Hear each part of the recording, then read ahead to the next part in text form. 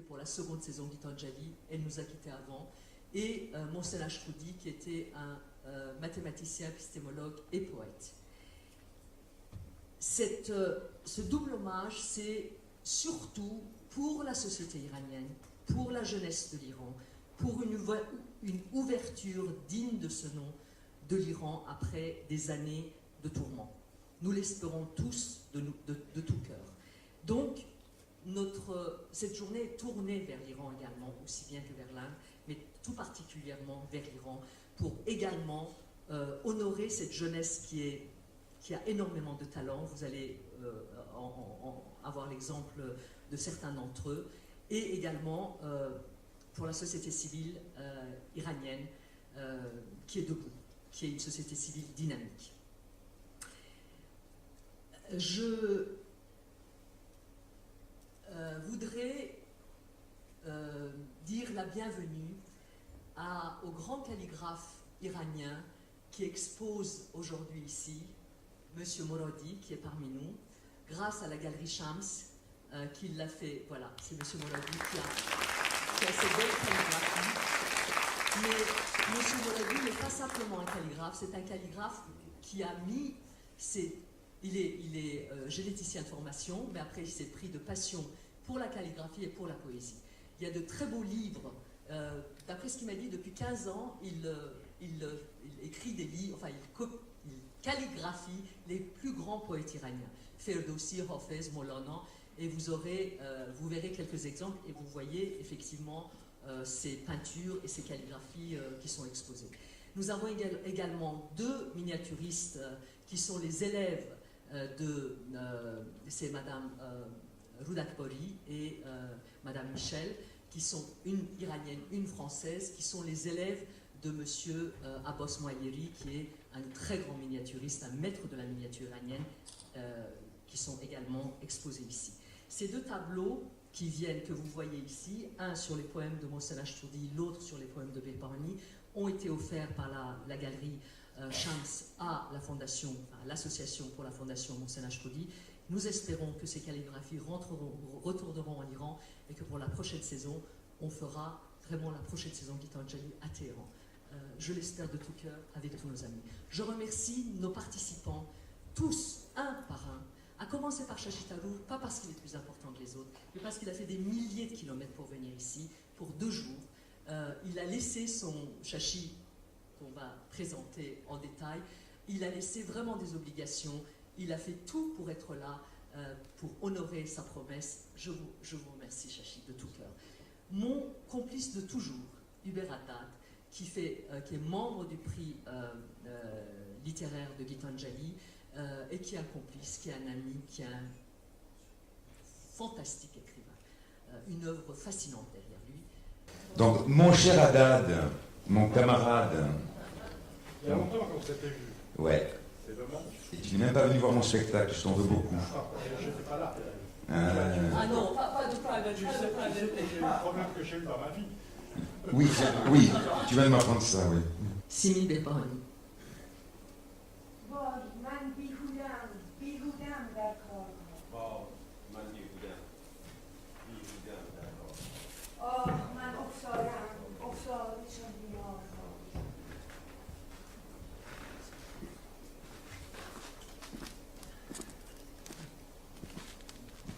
وای من بیهودم در کارها وای من بیهودم آه من افتاده چون بیمارها آه روز و شب می رویم و رویدنم این است این شاخه های آهکی در زیر سقف غارها در کبیر سخت سوزان مایه نومیدی است استخوانی مانده باز از سن مردارها لاش خاران در تنم کابیده و نادیده هیچ خشمگین کوبیده بر هم بالها منقارها خالی تر از یک خواب یا از یک سکوت ای شما از زندگی لبریزها سرشار دوستانم آدمک هایم گلی دشمنانم گرگ‌ها کفتارها خونخوارها روزهایم هفته‌هایم سالهایم چیست داستانی کهنه با تقلیدها تکرارها ای که چشم‌انداز سبزی دیده‌ای آواز ده تا جوابم بشنوی از پشت این دیوارها تا جوابم بشنوی از پشت این دیوار. Français. Ô vaine suis-je, vaine en toutes choses, à genoux comme les malades, terrassés. Je bourgeonne nuit et jour, mais telle est ma floraison. Des tiges stalagmites sous les voûtes des cavernes. Du désert brûlant un comble de désespoir. Il ne reste qu'un ossement de ces corps, des cadavres. Les vautours taraudent mon corps, mais sans trouver ripaille. Ils battent du bec avec fureur. Avec fureur, ils battent des ailes. Vide suis-je, aussi vide que le rêve, plus vide que le silence. Oh, vous, débordant de vie, vous, si trépidants, mes amis, les humains, petits humains de glaise. Et vous, les loups. Vous, les hyènes, vous, mes ennemis, les sanguinaires. Que sont mes jours, mes semaines, que sont-elles, mes années? Une histoire lancinante, répétition, imitation. Au toit de vin de l'horizon qui vers toi lance ton chant. Te parviendra alors le mien en écho de derrière ces murailles. Fariba, qui doit rendre hommage à Simine. Je voulais vous dire que pour cet hommage, nous avions invité une poétesse iranienne et une professeure de lettres qui a fait une anthologie de toutes les poèmes, de tous les poètes, les poétesses de langue persane, de l'Iran, l'Afghanistan, le Tadjikistan, Madame Mehri Shahhossein, que sa place soit verte également. Elle n'a pas pu venir, donc c'est à moi qui incombe de rendre hommage à Simine Behbahani. Je vais faire très court. Simine était une immense poétesse qui était versée dans toutes les formes de la poésie persane. Vous pouvez trouver sa biographie sur notre site. Elle est décédée il y a quelques années, à l'âge de 87 ans. Et elle a été 2 fois nommée pour le prix Nobel de littérature. Elle le méritait amplement. Mais c'est surtout sa modestie. Sa place dans la vie quotidienne des Iraniens. Et l'engagement qu'elle a pris auprès des jeunes et auprès des femmes, qui fait d'elle non seulement une grande poétesse, immense poétesse, mais également une femme admirée par tous. À 84 ans, elle sortait pour être auprès de la jeunesse, pour leurs droits, surtout les droits des femmes. Je vais m'arrêter là parce que, et une chose qu'on voudrait essayer de faire après ce colloque, c'est de pouvoir aider, contribuer avec nos faibles moyens à la traduction de l'œuvre de Simine, qui mérite amplement une traduction dans toutes les langues. Elle a été traduite, très bien traduite en anglais, mais il n'y a pas une seule traduction, bonne traduction en langue française. Nous espérons pouvoir remédier ça avec notre ami Bruno Doucet, qui n'a pas pu être parmi nous. On va commencer le débat, et je vais commencer avec Shashi, en lui demandant, avant de répondre à la question, si tu pouvais également nous lire un tout petit poème en hindi, s'il veut, chanter également, comme tu dis. Mais la question, c'est est-ce que la poésie, le titre de ce colloque, c'est à la croisée des langages, la poésie en temps de manque. On va poser cette question après avec Yves, qui a écrit un livre là-dessus, enfin qui a dirigé un livre. Mais je voudrais savoir, avec Shashi, est-ce que la poésie fait partie de la vie intégrante des Indiens? Parce qu'en Iran, c'est le cas. On en parlera, des gens qui sont partis en Iran, notamment Charles, qui a connu l'Iran, qui a vécu, qui est allé présenter sa pièce là-bas, vous dira, tous les gens qui ont voyagé en Iran vous diront que du nord au sud, la poésie fait partie, et depuis des millénaires, fait partie intégrante de la vie des Iraniens. Juste 2 exemples, vous allez dans un taxi, il vous lit Hafez, Molana, parfois il ne le comprend même pas, mais la sonorité est là. Également, la tombe de Hafez est un des plus grands pèlerinages, parfois plus grand que les pèlerinages religieux. Hafez est notre grand barde, un des plus grands poètes du monde. Et effectivement, la poésie n'a jamais quitté la scène iranienne. Et c'est dommage, ce n'est pas le cas ici, on en parlera. Est-ce que c'est la même chose en Inde? Et je vais même dire qu'à l'heure actuelle, il y a un poète qui fait de la poésie sociétale. La salle est comble, j'ai oublié son nom, honte à moi, mais parfois on l'interpelle parce qu'il est très critique, que ce soit sur les élections, que ce soit sur...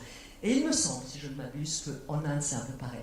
On va demander la question à nos 2 représentants de l'Inde. Merci Shashi. Si avant tu pouvais juste nous lire la tonalité d'un poème en hindi et puis répondre à la question. Mille merci. Merci Fariba et merci de m'avoir invité ici. Moi-même j'ai écrit en anglais, mais Fariba m'avait demandé de vous présenter un petit peu de sonorité des poèmes dans la langue la plus populaire de l'Inde, qui est le hindi. Et j'ai choisi 2 brefs extraits de longs poèmes. Alors, il y a un poème très bien connu, appris par cœur par tous les écoliers de l'Inde du Nord, qui s'appelle Jhansi Ki Rani. C'est un poème nationaliste par Subhadra Kumari Chauhan. Et Jhansi Ki Rani, ça veut dire la reine de Jhansi, qui était d'ailleurs une grande héroïne de notre première révolte contre les Britanniques en 1857. सिंहासन हिल उठे राजवंशों ने भ्रुकुटी तानी थी बूढ़े भारत में आई फिर से नई जवानी थी घुमी हुई आजादी की कीमत सब पहचानी थी दूर फिरंगी को करने की सबने मन में ठानी थी चमक उठी सन 57 में वो तलवार पुरानी थी बूंदे ले हर बोलों के मुंह हमने सुनी कहानी थी खूब लड़ी मर्दानी वो तो झांसी वाली रानी थी. Donc il parle justement que le trône est en train de se trembler, que l'ancien l'Inde se lève avec un désir de faire jeter l'étranger de nos portails, que tous les gens se lèvent, qu'il y a une espèce de lumière qui illumine tous les peuples de l'Inde, les anciens, qu'est-ce qu'on dit en français? Sabres, des sabres sortent, et la personne qui a lutté le plus féroce comme un grand guerrier, c'était la reine de Jhansi. Donc c'est le début d'un grand poème qui continue pour 18 versets plus. Et quelque chose un peu différent, mais même plus mieux connu peut-être par les adultes, c'est un poème qui a été publié en 1935 par un homme qui est maintenant mieux connu comme le père d'un des grands superstars de notre cinéma. C'est un poète, Harivansh Bachchan, qui a publié un poème qui s'appelle Madhushara. Madhushara, c'est tout simplement une taverne où on peut boire du vin, mais elle a utilisé le vin comme métaphore de plusieurs choses dans notre société. Je vous lis le premier vers, chaque c'est 4 lignes, donc premier vers et un vers de milieu qui dit quelque chose d'important. मृदु भावों के अंगारों की आज बना लाया हाला प्रियतम अपने ही हाथों से आज पिलाऊंगा प्याला पहले भोग लगा लूं तेरा फिर प्रसाद जग पाएगी सबसे पहले तेरा स्वागत करती मेरी मधुशाला. Et l'autre vers, मुसलमान ou हिंदी हैं दो एक मगर उनका प्याला एक मगर उनका मंदिरालय एक मगर उनकी हालात, दोनों रहते एक न जब तक मस्जिद मंदिर में जाते, बैर बढ़ाते मस्जिद मंदिर, मेल कराती मधुशाला. Donc le premier, il parle tout simplement de venir en taverne, buvez un peu de vin ensemble, que ça sera magnifique pour tout le monde de partager ça. Vous êtes toujours le bienvenu aux tavernes, Inch'Allah. Le deuxième vers que j'ai lu parlait du fait que les musulmans et les hindouistes sont quand même deux, mais ils boivent du même verre, ils sont dans la même taverne, que leur vin c'est la même chose, c'est le même vin, et qu'ils se séparent quand ils vont à la mosquée ou au temple, mais dans la taverne, ils sont ensemble, ils sont la même. Donc c'est une idée sociétale assez importante. Pour répondre à ta question, tu sais que la poésie est évidemment très important, surtout c'était plus important peut-être dans un ère avant la télévision, avec d'autres moyens de communication, où la poésie avait pas seulement une place dans l'imagination des gens, mais qui était parmi les forces les plus importantes de la transmission des idées dans un pays. C'est pour ça d'ailleurs que le premier poème de Subhadra Kumari Chauhan, c'est un poème nationaliste qui a inspiré beaucoup de monde, un poème du 19e siècle, Vande Mataram, qui appelait, je ne sais pas si je suis là, parce que c'était écrit en bengal, place de sa langue maternelle, a évoqué justement ces mêmes sentiments nationalistes. Le poème de Bachchan était plutôt, si vous voulez, critique sociale, ce qui avait une certaine importance. Il y avait également un grand poète, Mohammed Iqbal, qui est devenu peut-être le fondateur de l'idée du Pakistan, mais qui, en tant que poète, avait interpellé à la société indienne justement de se coopérer, d'être ensemble. Est-ce que la population suivait tout ça? Est-ce que ça a Alors, avec la qu'est-ce qu'on dit quand on parle de la population dans un pays qui est semi-illettré? Octavio Paz a parlé de la même chose quand il a écrit Le labyrinthe de la solitude. Il a dit tout simplement que quand je dis les Mexicains, je parle de ceux qui se sont conscients d'être Mexicains. Donc, une majorité de son propre peuple n'ont pas l'idée vraiment de quel est le Mexique et quelles sont les démarcations de leur identité nationale. Et je dois admettre que c'était quasiment la même chose en Inde, parce que quand les Britanniques nous ont quittés en 1947, la population était illettrée, on avait 17% de la population alphabétisée. Donc, donc évidemment, il y a ceux qui connaissaient la poésie par cœur, par l'avoir entendu. Il y a les grandes traditions des Mushaira au nord, où on récite des poèmes. Et là, c'est toujours très très très bien accueilli, les audiences sont assez immenses, où les poètes viennent parler. Par exemple, au 19e siècle, il y avait Mirza Ghalib qui écrivait... Je parle d'aujourd'hui. Mais justement, là si Non, tu mais parlais, je voulais dire, la tradition, parce que quand on parle de Delhi, quand on parle de la littérature d'Ourdou, Oui. on ne peut pas, même aujourd'hui, on ne peut pas éviter bien sûr. Ghalib. Et il y a aujourd'hui des traductions de Ghalib, de nouvelles traductions D'accord. qui continuent de sortir. Donc, il a une certaine place. Mais, il y avait quelque chose un peu plus général, si tu veux dire, c'est que ce qui est fait pour tous les pays en voie de développement. Parce que nous sommes, l'Inde évidemment, un pays colonisé, et une des réalités du colonialisme, c'est qu'il a approprié la définition culturelle de ces peuples sujets. Écrivain au sujet de l'Inde en anglais, moi-même, je ne pouvais pas ignorer ceux qui ont fait la même chose avant moi, d'autres écrivains ayant de plus grandes prétentions à la langue, mais peut-être moins pour les pays, pour le pays. Et j'avais senti le besoin d'utiliser mon écriture pour affirmer, pour réclamer l'héritage de mon pays et de raconter dans une voix indienne une histoire de l'Inde. Si tu veux, je me permets de m'insister. Je parlerai de ce livre, si tu permets. Je t'en prie. Après, je vais juste donner la parole à Bien non, sûr. vas-y. Si tu permets, je veux demander. Je voulais tout simplement insister que la poésie, la littérature, etc., a un rôle dans une affirmation identitaire dans un pays comme l'Inde. Et on peut interroger, est-ce que c'est important dans un pays où il y a la pauvreté, la souffrance, le développement, etc. Mais je dis que c'est aussi important que le développement économique. C'est ça mon thèse principale de ce que je voulais dire. Un livre, là, ça. Il y a une vraie question qui est intéressante. Parce qu'il y a une toute petite seconde. Schumann, allez-y. Après, je vais. Non, c'est parce que je voulais savoir, au Bengale, avec les baouls, qui il me semble, hein, vous me corrigerez, est-ce qu'il y a effectivement cette tradition vivante de la poésie vivante ou est-ce que... quelle est votre réponse à ce Chachienne? Bonsoir d'abord tout le monde, merci d'être là, etc. Donc je suis très très honorée, Fariba, d'être invitée par toi.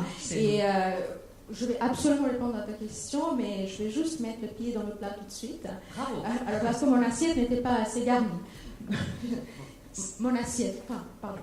J'ai fait une petite métaphore rapide, j'ai dit je vais mettre le pied dans le plat et parce que mon assiette n'était pas assez garnie. Alors mon assiette c'était justement que c'est vrai qu'on m'avait donné un petit prix quand j'avais 17 ans à Calcutta, mais aujourd'hui je ne pouvais pas en parler. Je suis plus heureuse aujourd'hui d'avoir mon éditrice, l'éditrice d'Olivier, édition de l'Olivier qui est dans la salle, Madame Laurence Renou, avec qui j'ai travaillé sur un dernier roman Calcutta. Et justement dans le Calcutta il est question de la politique et de la poésie principalement, vous voyez. Donc on peut revenir là-dessus, et ce roman-là, qui a reçu entre autres un prix de l'Académie française, puis de l'Union de la langue et de la littérature française. Donc voilà, dans ce roman-là, j'ai eu l'occasion de parler en fait et de la politique et de la poésie. Et maintenant, pour répondre à ta question, je pense que je suis, avec votre permission, je ne voudrais pas paraître plus orgueilleuse que je ne suis déjà. C'est que dans l'Inde entière, c'est comme l'Europe, c'est plusieurs régions. Chaque région, vous quittez une région, la même sari, ça se porte différemment. Même la religion hindouiste, ça se pratique différemment. Même chapati, le même pain, ça se cuisine différemment, n'est-ce pas? De la même façon, je pense que chez les Bengalis, c'est un tout petit peu différent, malgré l'illettrisme, malgré la misère, aujourd'hui encore assez présente malheureusement, mais chez les Bengalis, je pense qu'il y a comme si, vous avez évoqué Vande Mataram, de Bankim Chandra, qui est devenu hymne national par la suite, et Pythagore qui a écrit. Je pense que chez les Bengalis, on a cette ambition. Je ne sais pas à quel point c'est légitime, mais en tout cas, chez les Bengalis, on a cette ambition que nous sommes la terre de Tagore, de Ravi Shankar, de Satyajit Ray, de Bengale, la capitale de Bengale, Calcutta, c'était la capitale culturelle, quand Delhi était la capitale politique et Bombay, la capitale commerciale. Donc, chez les Bengalis, il y a toujours une pratique de la poésie. Dans mon adolescence, jeunesse, toutes les lettres d'amour que j'ai reçues, c'était toujours, il y a une certaine poésie. Oui, sinon carrément de la poésie. Tous les étudiants à l'université, premières années, deuxième année à l'université de Calcutta, ils pouvaient s'inscrire en ingénierie, en économie, en sciences po, n'importe où. Mais tous les garçons, toutes les filles, essayaient, tentaient d'écrire de la poésie. Sortez l'audio poétique, vous voyez. Donc, chez les Bengalis, encore une fois, pardon pour tout l'orgueil déplacé, mais je pense qu'il y a toujours quand même une pratique familiale, ce que tu demandais, quand même le poète à la place, comme un peu chez les Russes, le poète à la place d'un prince, d'un dieu. Les poètes sœurs, on le sait déjà, le chauffeur de couscous, le commerçant du coin, l'épicier du coin, il sait qu'il y a un poète qui habite dans ce quartier, parce que le poète s'habille en blanc, lunettes d'oreilles, il a des cheveux un peu n'importe comment dans le vent, et tout le monde le reconnaît comme poète. Donc, chez les Bengalis, quand même, les poètes à cette place-là. Après, j'espère que j'aurai l'occasion de parler. Absolument. Voilà. Absolument. Bon, on me demande de parler, donc je vais parler. La première chose que je voudrais dire, c'est que pour moi, c'est très exotique. Mais parce que moi, je me réfère plutôt à la culture européenne, que ce soit la poésie allemande, et encore que je ne connaisse pas bien l'allemand. Si tu peux expliquer déjà ce livre. Oui, mais je voulais faire une remarque avant. C'est que j'ai entendu en persan et puis en hindi des textes dont on sait que c'est des poèmes alors qu'on ne connaît absolument pas la langue. Alors ce que je voulais dire, c'est que la musique, ça a dû vous faire cette impression-là, c'est que la musique des langues elles-mêmes, que la poésie prend en charge d'une certaine façon, produit des sentiments qui sont au-delà même de la question du sens ou de la signification. C'était l'impression que j'ai eue tout de suite quand j'ai entendu ces deux personnes. Tout à fait. On n'a jamais reconnu la langue d'Isidore Issou. Oui. Je disais qu'on n'a jamais reconnu la langue des lettristes. On n'a jamais reconnu. Oui. Non, une seule chose, simplement, c'est au cœur de ce débat, c'est qu'il y a comme ça la poésie, elle peut être dans l'acquiescement, dans la positivité, et la question du Wosu, du livre que tu viens de publier avec de nombreux collaborateurs. Je me souviens qu'en 1975, au Soleil Noir, avec les surréalistes, on avait fait un Wosu avec, à l'époque c'était Alexis Bach et puis Jean-Christophe Bailly. Oui. Et d'ailleurs, on ne disait pas la poésie dans un temps de détresse, la traduction de... C'était la traduction de manque, le manque. Mais nous sommes depuis toujours dans un temps de manque, il semble. Manque, crise. Alors, est-ce que voilà... De quoi est-ce qu'on manque? Voilà, de quoi est-ce qu'on manque, nous, ici, alors que la poésie, elle est tellement vivante, en Inde, en Iran, en Amérique du Sud, ici et là. Et peut-être parce que, justement, on arrive toujours dans un monde qui est déjà trop vieux, usé par, je sais pas, les slogans, les lieux communs de toutes les formes de pensée. Et la poésie... Elle est là, j'ai un peu l'impression, pour rafraîchir la langue. Et c'est la musicalité dont on parlait qui peut-être, justement, contribue à cela. C'est pour ça que moi, ce qui m'intéresse dans la poésie, mais c'est une conception, hein. C'est le lyrisme. Le lyrisme. Alors, je dirais plutôt, avec Jean-Michel Maulepoix, un poète important, je dirais le lyrisme critique, parce qu'on ne peut plus être lyrique et chanter seulement les grands sentiments après les tragédies de l'histoire, hein, après les pires tragédies de l'histoire. Tout le monde connaît la phrase de Adorno, la question, est-ce qu'on peut faire encore de la poésie après Auschwitz? Il y en a qui ont répondu oui. Madame Cohen-Lévinas pourrait parler de Paul Celan, par exemple. Alors oui, vous vouliez m'interroger sur ce livre, la motivation de ce livre.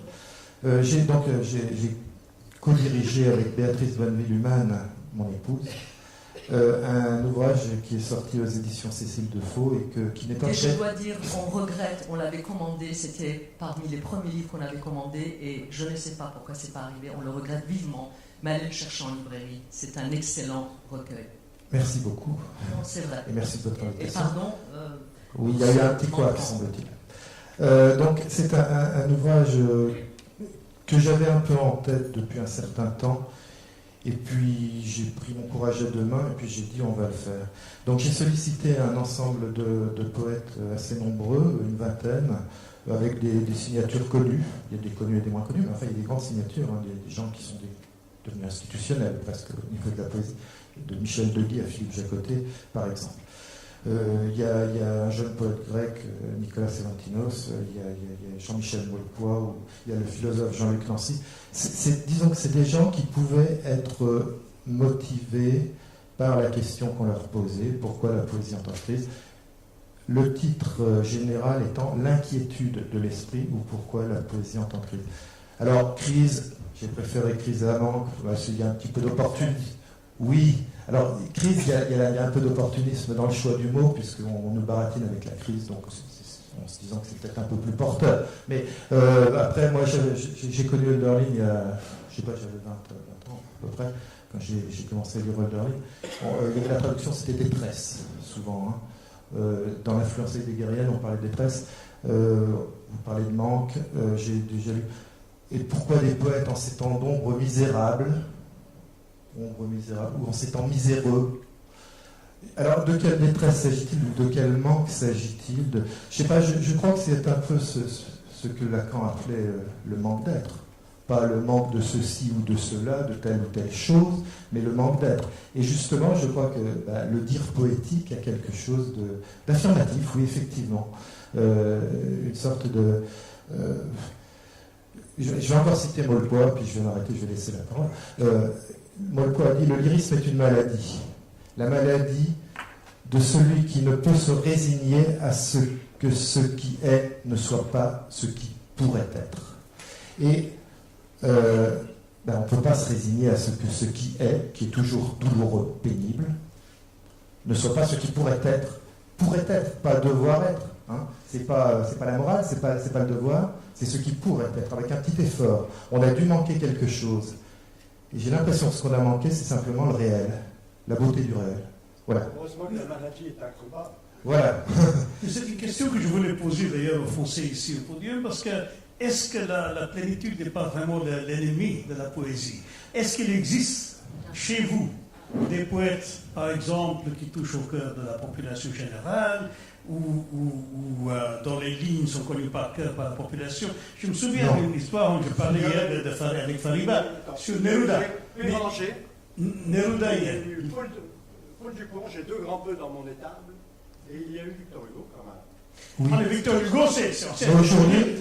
Est-ce qu'il y a un poète né après 1960, par exemple? Non, parce que aujourd'hui, il y a une magnifique histoire de Neruda où, quand il avait la soixantaine, quelque chose, 65, il était dans une salle en Amérique latine, dans une conférence, dans le désert d'Akatama, et quelqu'un lui demandait de réciter un poème favori. Il a commencé, mais malheureusement, lui-même, il a oublié ses propres mots.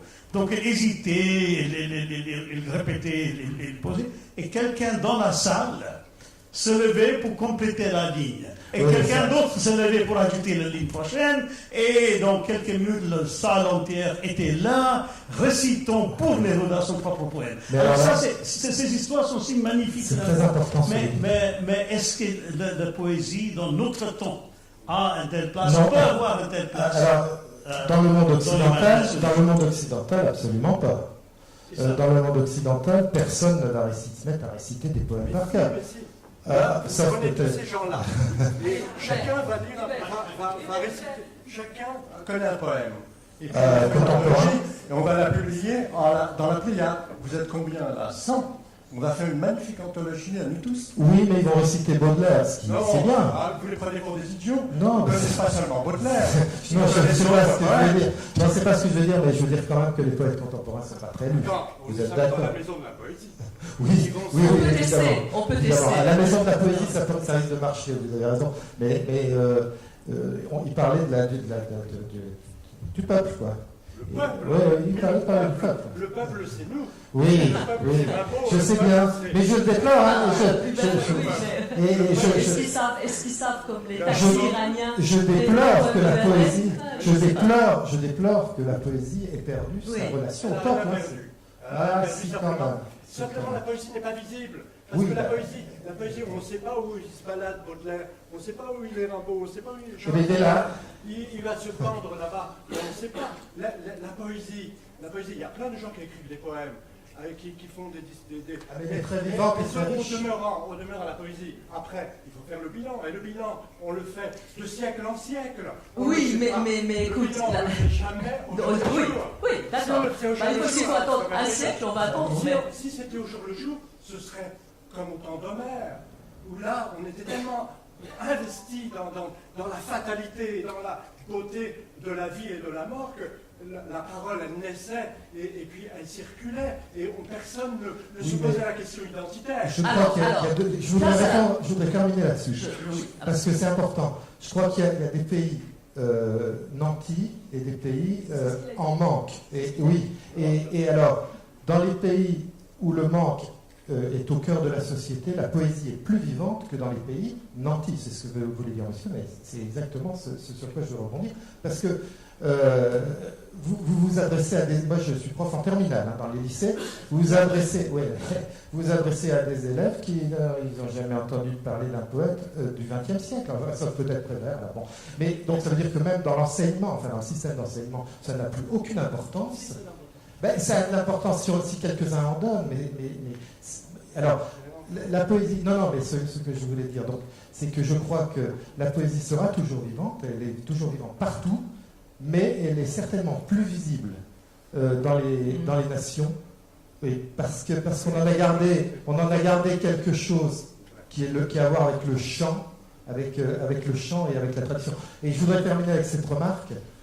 En Afghanistan, à la période des talibans, ce qui circulait de la manière la plus subversive entre les êtres, c'était les poèmes qu'on planquait et qu'on se faisait passer comme ça. Absolument. La place à la poésie, j'aimerais que vous lisiez un petit poème, enfin un extrait de poème que vous avez choisi de Tagore pour entendre le bengali. Et après, place à la poésie. À vos ordres. Je vais quand même commenter ce que j'ai entendu. Mais on a commencé à se tutoyer, c'est convivial, il n'y a aucun souci. En fait, en écoutant Sochi, Hubert et vous-même, pour préparer ce débat, j'étais très sérieuse, je n'attendais pas que ça soit aussi joyeusement chaotique. Et donc je préparais très sérieusement mon intervention. Et justement, à ce moment-là, j'avais envie de dire, on parle toujours d'une robe poétique, une voiture poétique, ajouter un peu de poésie dans votre assiette, dans votre jardin. On utilise le mot poésie partout aujourd'hui. Or, Hubert, vous êtes très positif, optimiste, mais je peux comprendre que dans les pays comme la France, pour tous les étrangers comme Sochi, comme moi d'origine, comme beaucoup de gens à l'étranger, la France reste le pays de la poésie, de la peinture. On sublime Paris, c'est le symbole même de la poésie, tout ce qui est d'activité littéraire, poétique et artistique, vous voyez. Donc quand on commence à vivre en France, à Paris, à ce moment-là, on commence à découvrir à quel point la poésie, elle est très active. Jamais on a écrit autant de poésie qu'aujourd'hui, jamais on a eu autant de poètes, autant de maisons d'édition, maisons de la poésie, marché de la poésie, printemps des poètes, partout dans toutes les provinces, il y a des manifestations poétiques. Non. On se connaît, on s'est croisés plusieurs fois, non. S'il te plaît. Donc, justement, il y a énormément de manifestations poétiques partout en France. Alors, je pense que quelque part, il faut rester positif parce que la poésie, elle est née dans le manque quand même.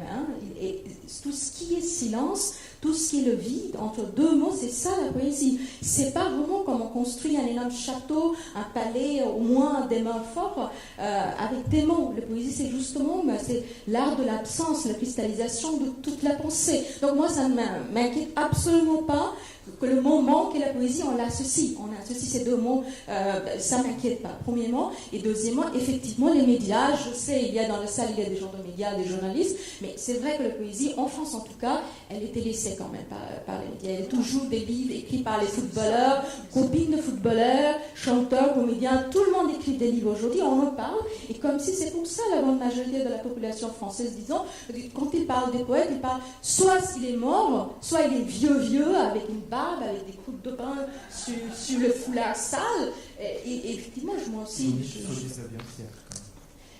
Justement, ils choisissent, quand ils restent quand même dans le siècle précédent, ils ne pensent pas qu'il y a des poètes encore vivants aujourd'hui contemporains. Malgré ça, je reste extrêmement optimiste parce qu'il y a énormément de manifestations poétiques en France et ceux qui l'aiment, ils restent fidèles. Vous voyez, c'est un art de silence et qui vit dans le silence et qui pousse dans le silence et ça s'est très bien vécu par tous les gens qui l'aiment. Une minute à...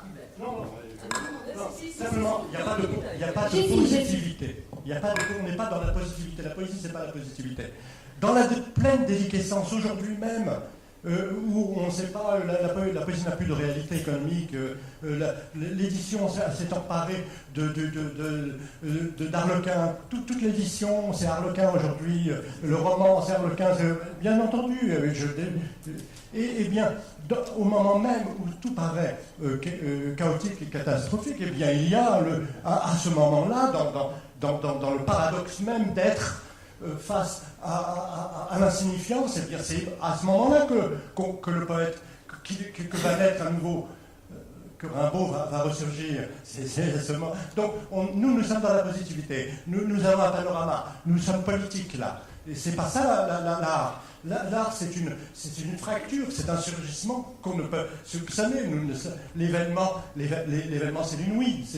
Si nous pouvions être 5 minutes prophètes, nous irions nous coucher dans la niche du chien. Nous ne savons rien. Oui.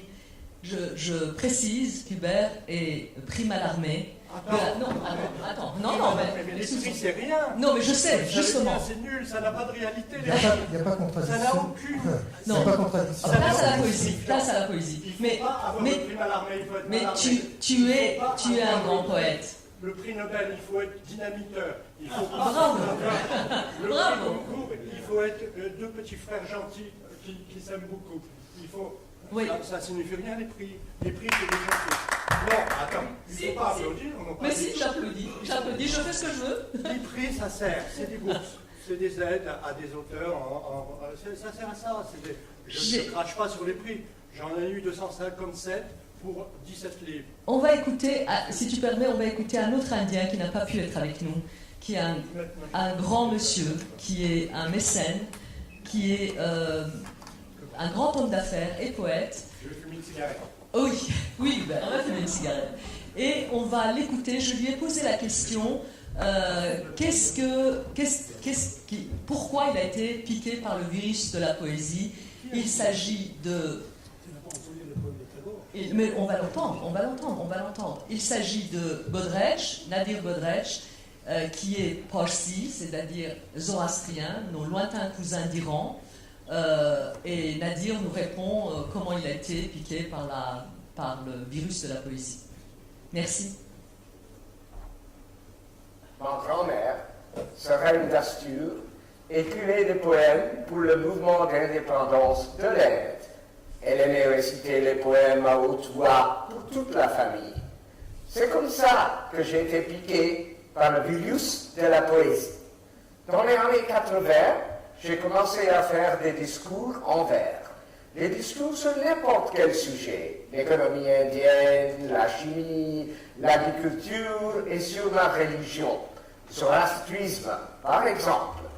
Les discours en vers sont accueillis très chaleureusement par le public, alors j'ai continué.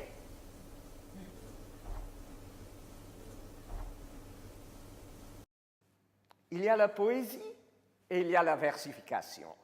Peut-être y a-t-il un paradoxe entre la poésie et le monde des affaires.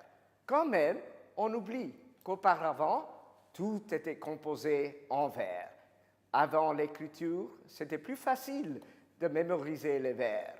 Bien sûr, après l'invention de l'écriture, on n'avait plus besoin des vers pour mieux se rappeler. Néanmoins, la sonorité des vers est appréciée par l'âme. Et je vous assure, même les hommes d'affaires plus aguerris écoutent mieux si les discours sont en vers. De plus en plus, les hommes d'affaires veulent s'attaquer aux vrais problèmes du monde et ne s'intéressent plus seulement au profit. Merci Nadir. Et je le prononce à la façon persane, Nader. Et place à la poésie, on va écouter un morceau, un passage de Tagore, je crois que tu as choisi, de Tagore, et après on va continuer avec la poésie avec une très grande dame et notre ami ici présent, Charles Gonzalez. Merci. Je t'en prie. Alors, c'est dans ce poème aussi, il est question du silence. Hein, donc je suis tombée par hasard. Après longtemps, je vais parler en bail. Ça fait. Aji sabun ghono gahon mohe gopono tabo chorono fele nishar moto নীরব হয়ে সবার দিঠে এরা এলে প্রভাত আজি খুলেছে আঁখি বাতাস সুধা ধরেছে আঁখি নীলাম নীল আকাশ ঢাকি নিবিড় মেঘ কে দিল মেলে সৃজনহীন কামনা ভূমি দুয়ার দেওয়ার সকল হতে একেলা কোন পথিক তুমি পথিকহীন পথের পরে হে আকাশ সখা হে প্রিয়তম রয়েছে খোলা এই ঘর রাস প্রমুখ নিয়ে স্বপ্ন সম যেও না হে হেলাই ঠেলে আদি শ্রাবণ ঘন গহন মহে গোপন তব চরণ ফেলে নিশার মতো নীরব হয়ে সবার দিঠি এরা এলে। Merci, bravo, très bon, magnifique. Est-ce qu'en deux mots, tu peux nous dire de quoi il s'agit? mais vraiment... Il s'agit de la mousson en Inde. Et c'est à ce moment-là, ces moussons pour nous, c'est pas comme la pluie à Paris. Hein. On adore la mousson, on adore après tant de mois de chaleur et désertique, du lot de chaleur. On attend les premiers gouttes de pluie et c'est le moment, comme dans la poésie de Vaishnav Padaboli, dans le Krishna et Dharada, c'est le moment où tous les amoureux sortent de chez eux, se cachent dans les forêts, dans les bois, ils se retrouvent. Donc là, ici, le poète Tagore, en fait, le poète Tagore, quand il s'adresse à un amour, à son amour ou à l'amour ou à un amant, il se confond toujours avec le Seigneur. Donc on ne sait pas plus autrement, ça veut dire c'est mon amour, mais ça confond toujours avec le Seigneur.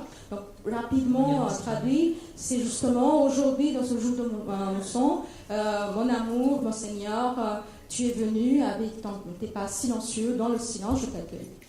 Merci beaucoup. Traduction, Place à la c'est poésie rien de... en persan. Mille merci. Voilà. Ah non, elle arrive.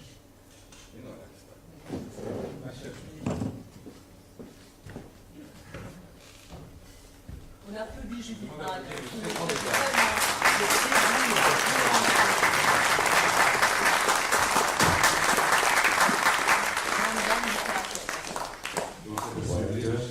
Sohrab Seberi. On nous a demandé de ne pas présenter les gens parce que c'est trop long. Donc on laisse à ton immense talent et vraiment compte. Qui ne connaît pas ici? Si. Sohrab Seberi. Vendredi silencieux, vendredi abandonné, vendredi mélancolique comme les vieilles rues, vendredi des pensées indolentes balades, vendredi des bâillements rusés qui s'étirent, vendredi qui n'attend rien, vendredi de la soumission, maison vide, maison cafardeuse, maison qui a fermé sa porte à l'assaut de la jeunesse, maison de l'ombre et du fantôme du soleil, maison de la solitude, des prédictions, du doute, maison, rideau, livre, armoire, image, calme et fière, ma vie s'écoula telle une étrange rivière au cœur de ces maisons vides cafardeuses. Calme et fière, elle s'écoula. C'est un poème de Farrokh Farrokhzad. Farrokh Farrokhzad était une grande poétesse des années... Elle est décédée dans les années 60 et une des plus grandes poétesses et une de celles qui a osé chanter le désir et l'amour pour la première fois. Elle a été extrêmement... elle s'est exposée extrêmement et on l'a très mal traitée en Iran, mais là, sa poésie, elle, survit évidemment aussi. Maintenant, c'est Sohrab Seberi, autant pour moi, parce que je me suis trompé dans le candidat. Sohrab Seberi. Sohrab Seberi. Tout néant, tout regard, et maintenant à la chute des couleurs. Pareil au mystère de la naissance, les instants accompagnèrent l'année encore suspendue entre deux paupières. Sur les hauteurs ruisselantes des rencontres s'érigeait peu à peu le sanctuaire de la lumière. Et l'événement était tissé d'une frayeur sacrée qui pénétrait la structure primordiale de la pierre. Saisie par la fraîche épaisseur de l'air, une voix fredonnait dans le vent la nostalgie de la vie. Du commencement de la pluie jusqu'au fin fond de l'automne, l'espace était rempli d'épreuves fugitives comme le plumage des pigeons.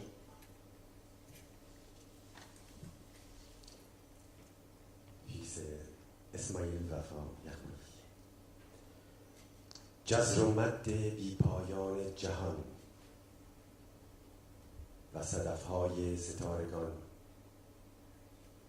نهایت سفر نهایت عریانی است و نهایت عریانی آغاز معرفت. Haute et basse marée de l'univers et les étoiles comme coquillages, la fin du voyage, absolue nudité, une nudité parfaite. آنجا که شعله رسیان سرد می شود و رقص تسلیم آغاز می گردد.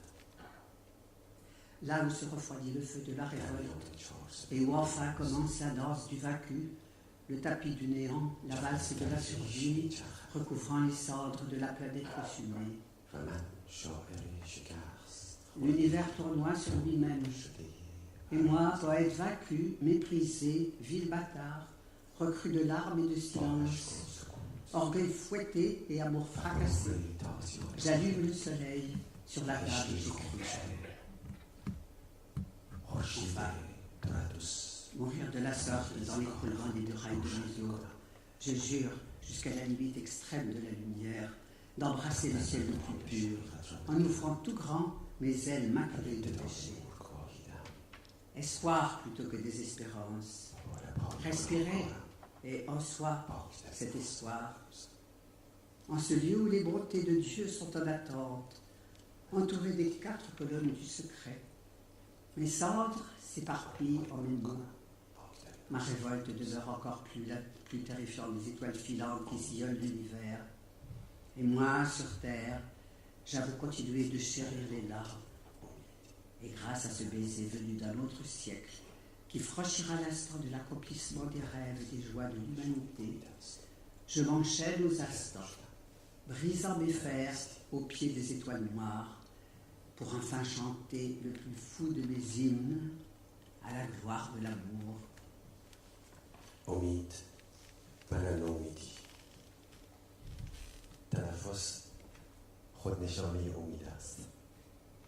دیگر گم شدن و نمیستی.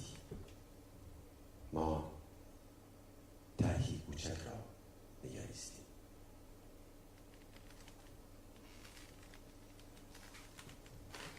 Mille merci. Il y a un autre poème. Il y a un autre poème. Non, le remerciement n'est pas pour terminer, c'est juste pour dire que Esmaïl Wafa est un grand poète en exil qui a 20 ou 25 ou 30, je ne sais plus, recueils de poésie, et on espère également avec d'autres poètes comme Sahar qui devait également être là. On devait également le présenter, mais malheureusement ces poèmes ne nous sont pas parvenus à temps pour les traduire. On espère pouvoir les traduire. Merci beaucoup. Merci. Voilà 2 poèmes de Fariba.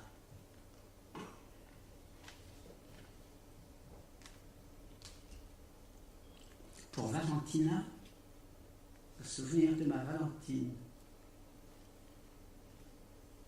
Nymphe, la musique du monde bat-tambour sur une goutte de lumière, en polyphonie rouge-gorge, sur la pierre blanche au dos violet ouvert. Et toi, au centre d'un cœur en feu, tu danses ma fillette, dans ta jupe d'eau claire, des yeux tendres de ton père.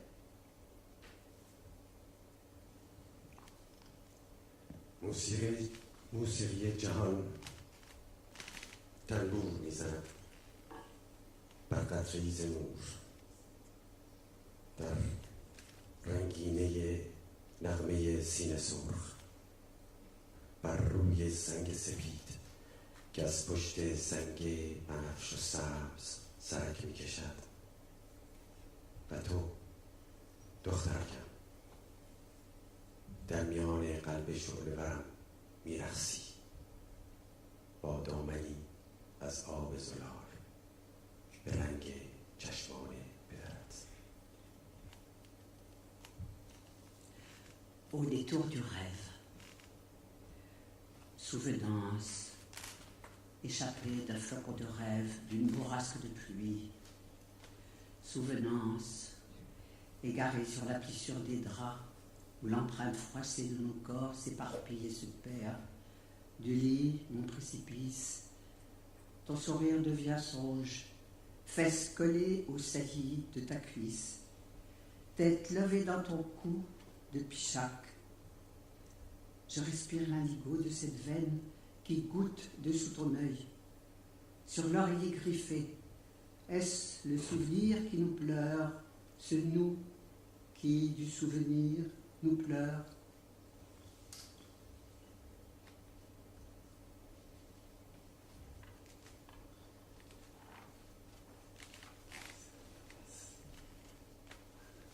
Ah, d'accord.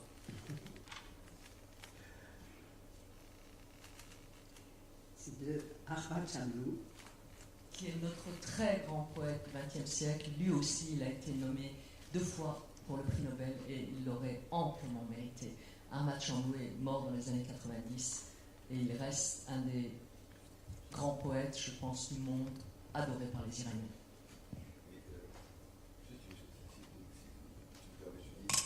Il y a une grande contradiction chez toi. Tu aurais bien mérité le prix Nobel et tu applaudis sur les non-prix en poésie. Il y a une chose que je ne suis pas là-dedans. Qu'est-ce que vous racontez? Voilà, c'est cette histoire de mériter un prix Nobel. Et pourquoi un poète ne mériterait pas un prix? Tu applaudis là-dessus. Je ne comprends pas. C'est peut-être... Je pense que le prix Nobel, comme l'a dit d'ailleurs Hubert à juste titre, les prix sont devenus beaucoup plus politiques qu'autre chose. C'est ça que je voulais dire, c'est tout. Ça va, monsieur Gonzalez? Vous avez dit ce que vous avez à dire? Dans cette impasse, on renifle tes lèvres pour savoir si elles ont dit je t'aime. On renifle ton cœur. Drôle de temps, ami. L'amour est fouetté à côté du garde-fou. Il faut cacher l'amour dans le cagibi. Dans cette impasse tortueuse du froid, le feu reste vif, alimenté par le chant et la poésie. Ne te risque pas à penser. Drôle de temps, ami. Celui qui la nuit cogne à la porte est venu pour étouffer la lampe. Il faut cacher la lumière dans le cagibi. Voici que les bouchers s'installent au carrefour avec le bijou et la hache sanglante. Drôle de temps, ami. Il procède à l'ablation du sourire sur les lèvres et du chant dans la gorge. Il faut cacher l'enthousiasme dans le cagibi. On fait griller les canaris sur un feu de jasmin et de lys.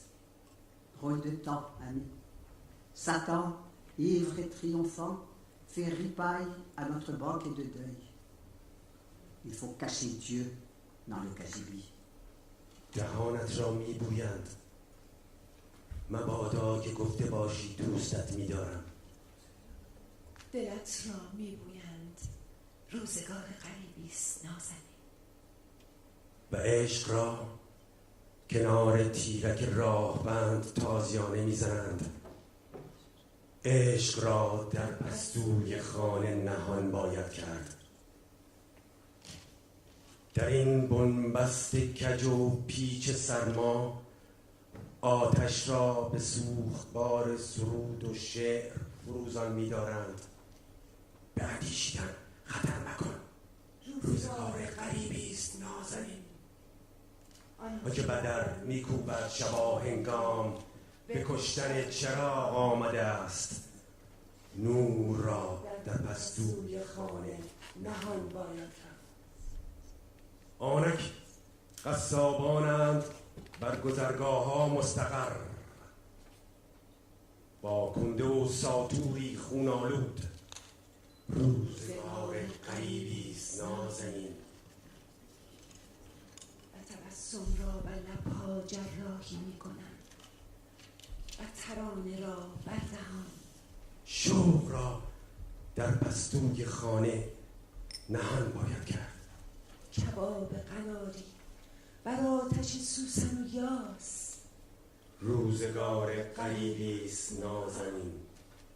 ابلیس پیروز مست سور عزای ما را بر سفره نشسته است. خدا را در پستوی خانه نهان باید کرد. خدا را در پستوی خانه نهان باید کرد. Merci.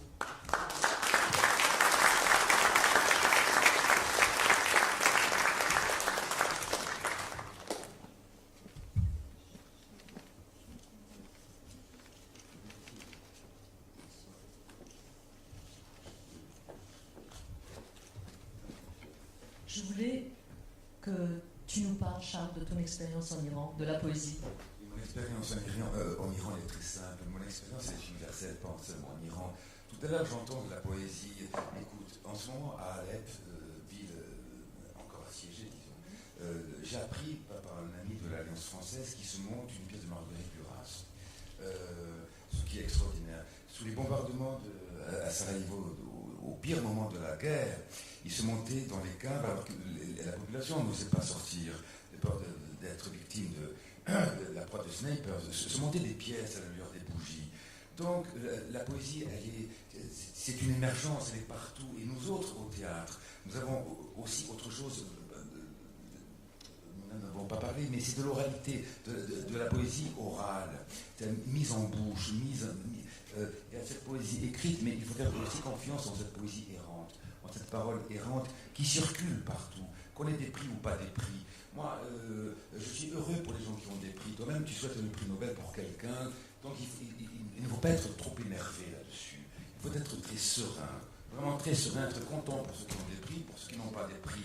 Ce n'est pas important. L'important, c'est de faire. Et comme dit Thérèse Avila, c'est créons des œuvres, voilà.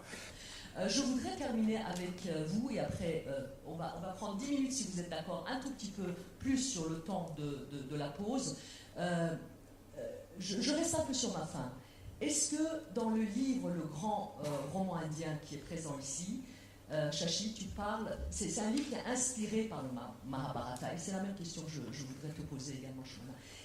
Cours, Shashi, pardonne-moi, parce qu'il ne croit pas que je le coupe lui, je te couperai aussi, et je sais que toi tu le prendras avec beaucoup de... Mais je sais, mais je l'espère. Si tu dis ma chérie, tu sais, je risque d'avoir des problèmes en Iran. Hein. On est amis, très amis. Donc, Shashi, cette inspiration du Mahabharata, c'est de ça dont je parlais. Et peut-être que ni l'une ni l'autre, vous ne m'avez pas répondu, ou peut-être que j'ai mal posé la question. J'ai l'impression que le Mahabharata se joue partout en Inde.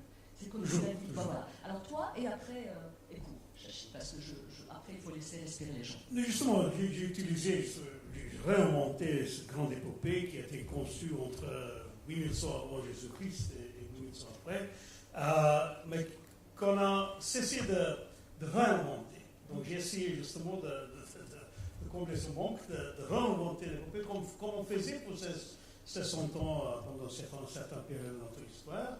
Mais c'est toujours une épopée vivante. C'est une poésie 5 fois plus longue que la Bible. C'est le plus grand, plus long poème épique dans le monde.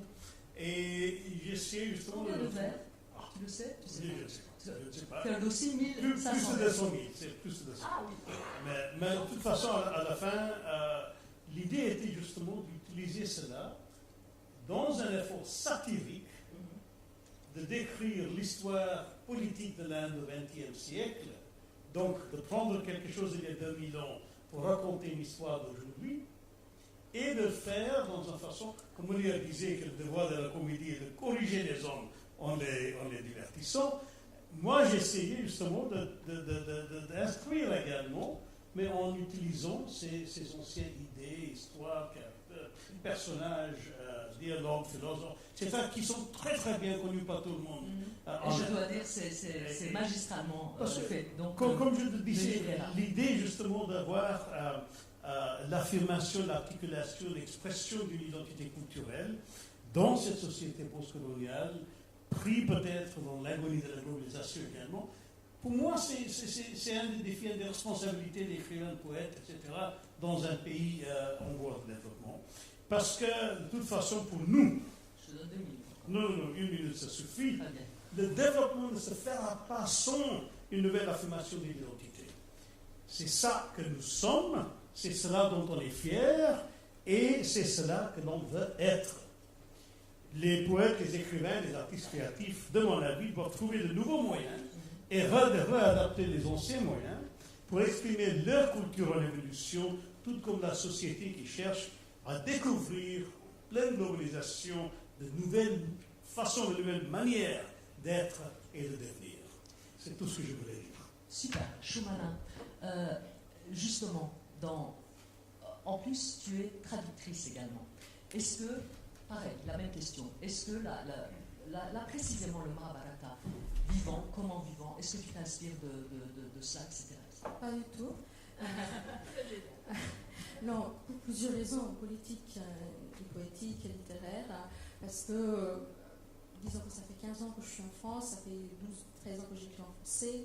Mon dernier roman, Calcutta, qui est publié en début 2014, c'est l'histoire de Bengale occidental avec Kerala, ces deux régions qui ont été gouvernées par les gouvernements de gauche, qui ressemblent tous à APS, et ces deux régions qui avaient une aspiration laïque. Donc je n'ai jamais eu une éducation religieuse. Mahabharata et Ramayana, on a dû apprendre quand on était petite à l'école, mais c'était toujours, malheureusement, c'était depuis ces derniers temps aussi, quand BJP, Janata Party qui est au pouvoir, le Premier ministre indien qui est actuellement au pouvoir, qui était membre militant de RSS. Il ne faut pas oublier le militant de RSS qui avait assassiné Gandhi. Donc on est aujourd'hui en Inde qui est sur la voie de mondialisation, qui a commencé il y a 20 ans, et aujourd'hui on a en Inde un gouvernement d'extrême droite, fanatique hindouiste, c'est pas aussi terroriste, extrémiste que les musulmans islamistes peut-être, mais tout aussi dangereux d'après moi. Donc il y a tout un piège, si vous voulez, aujourd'hui la renaissance de l'Inde, à travers la ministre de yoga, à travers tout ce qui est d'antiquité, comme c'est l'Inde, on va ramener l'Inde à période précoloniale, l'Inde védique, l'Inde pré-musulman. Or, il y a une culture, littérature, architecture, poésie magnifique de Mughal, de persane, influence moghole, qui existe en Inde. Donc moi, si vous voulez, depuis le temps que j'écris, en français, mon intention était de pas promouvoir, mais en tout cas de faire découvrir, montrer cette autre image de l'Inde, qui n'est pas vraiment le temple, Shiva, Gandhi, couleur safran, mais autre l'Inde aussi, qui a une aspiration laïque, mouvement de gauche, pas forcément, je ne suis pas propagande militante dans mes romans, en tout cas présenter cette autre Inde aussi qui va un petit peu vers le monde ouvert, vers la laïcité, vers les idées progressistes en fait. Voilà. Mais le Mahabharata reste une épopée laïque, c'est le Ramayana qui est religieuse, donc il y a quand même une différence. Il y a une petite différence, toute petite différence, mais c'est tellement bien récupéré par ceux qui ne sont pas laïcs, donc il faut se méfier. Yves, vous aurez le dernier mot avant la pause. Je voulais savoir qu'est-ce que faire pour justement remettre la poésie en temps de crise, de rendre la poésie vivante, vivante. C'est une question impossible. Ce que je peux dire, c'est que ressaisir la tradition, je trouve que c'est une excellente idée pour la rénover, la rafraîchir, parce qu'il y a des choses fondatrices. La poésie peut jouer aussi un rôle fondateur. Alors, la laïcité, c'est aussi extrêmement important.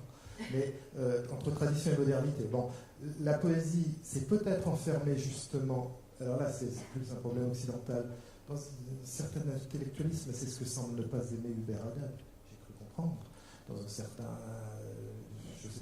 complaisance intellectualiste.